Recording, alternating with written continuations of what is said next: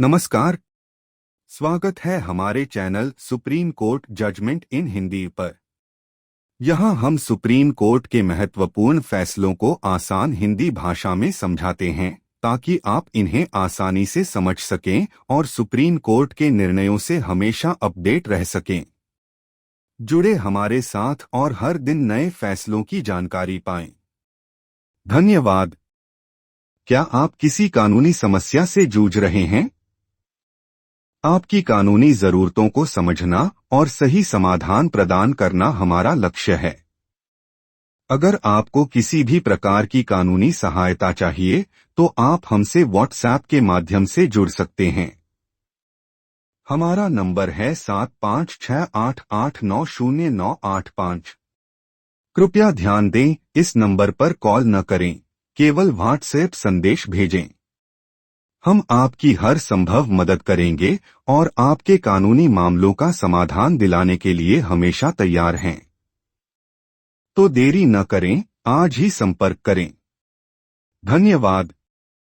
नमस्कार दोस्तों, आज हम एक ऐसे सुप्रीम कोर्ट के फैसले की बात करेंगे जिसने ये साफ कर दिया है कि अगर किसी केस में लिमिटेशन का सवाल फैक्ट्स पर निर्भर करता है तो उसे ट्रायल के बिना यूं ही खारिज नहीं किया जा सकता। अगर आप भी कोई जमीन विवाद, पावर ऑफ अटॉर्नी या लिमिटेशन से जुड़े केस में हैं, तो ये जजमेंट आपके लिए मिसाल बन सकता है। चलिए स्टेप बाय स्टेप इस केस को समझते हैं और वीडियो को अंत तक जरूर देखें क्योंकि इसमें छिपी है एक काम की कानूनी रणनीति। Short facts of the case की कहानी। मामला शुरू होता है 1974 में, जब पी कुमार कुरुबारान को सरकारी जमीन अलॉट हुई। उन्होंने वहां एक मकान बनाया और 1978 में अपने पिताजी को कंस्ट्रक्शन और अन्य औपचारिकताओं के लिए पावर ऑफ अटॉर्नी (POA) दिया।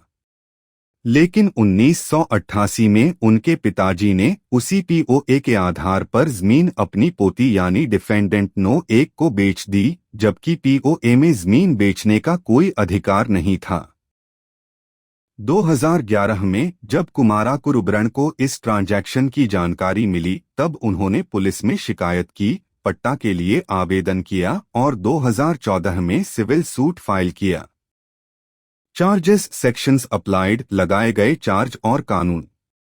मांगी गई राहतें। टाइटल की घोषणा, declaration of ownership.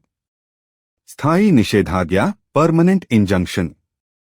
Cell deed, settlement deed और पावर ऑफ अटॉर्नी को शून्य घोषित करना। सरकारी अधिकारियों को निर्देश कि कोई और डॉक्यूमेंट रजिस्टर्ड न करें। लागू कानून। ऑर्डर 7 रूल 11 डी CPC, जब प्लेंट कानून के अनुसार बार हो। आर्टिकल 59 लिमिटेशन एक्ट 1963, फ्रिजी डॉक्यूमेंट रद्द करने के लिए 3 साल की लिमिटेशन।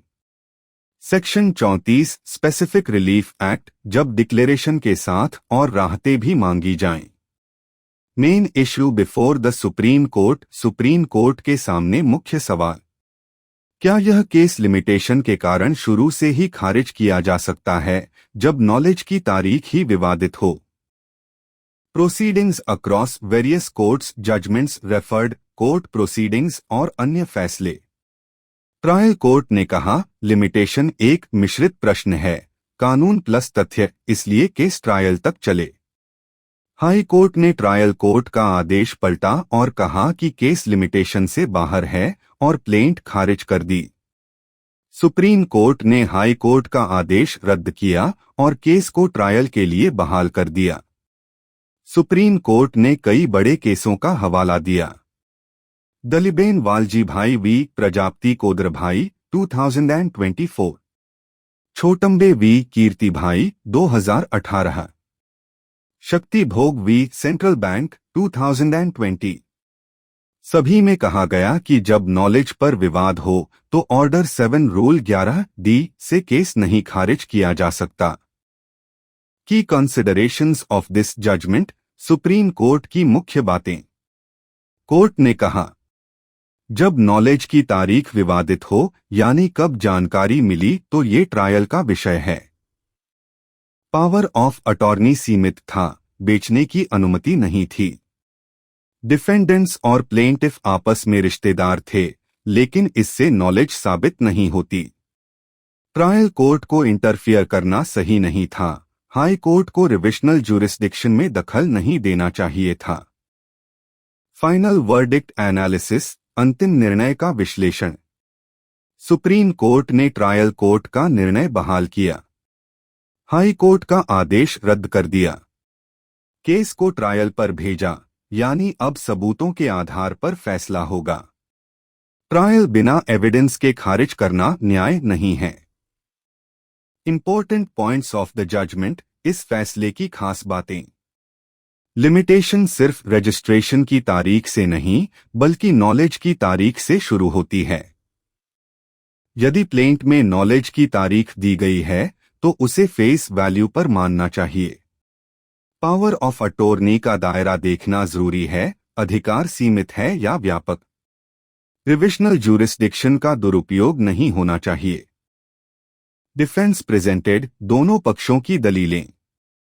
अपेलेंट प्लेंटिफ की दलीलें। पीओए सीमित था, बेचना शामिल नहीं था। नॉलेज 2011 में मिली, केस 3 साल के अंदर है। धोखाधड़ी हुई, ट्रायल जरूरी है। रिस्पोंडेंट्स डिफेंडेंट्स की दलीलें। परिवार का मामला है, प्लेंटिफ को जानकारी होनी चाहिए थी। पीओए लैंग्वेज एग्रीमेंट्स इंडेमनिटी कहता है, बेचना भी शामिल। 26 साल तक खामोश रहना, लिमिटेशन की बात। कोर्ट ने माना कि दोनों पक्षों के बीच तथ्यात्मक विवाद है, इसलिए ट्रायल जरूरी। How this judgment can be used in future, इस फैसले का उपयोग कैसे करें? अगर आपके केस में कोई डॉक्यूमेंट फ्रॉड या अनऑथराइज्ड है, अगर पीओए का दुरुपयोग हुआ है, अगर आप लेट नॉलेज का दावा कर रहे हैं, अगर अपोनेंट ऑर्डर 7 रूल 11D लगा रहा है, तो इस फैसले को मिसाल के तौर पर रख सकते हैं। लिमिटेशन का मुद्दा तभी चलेगा जब नॉलेज की तारीख बिना विवाद के साबित हो।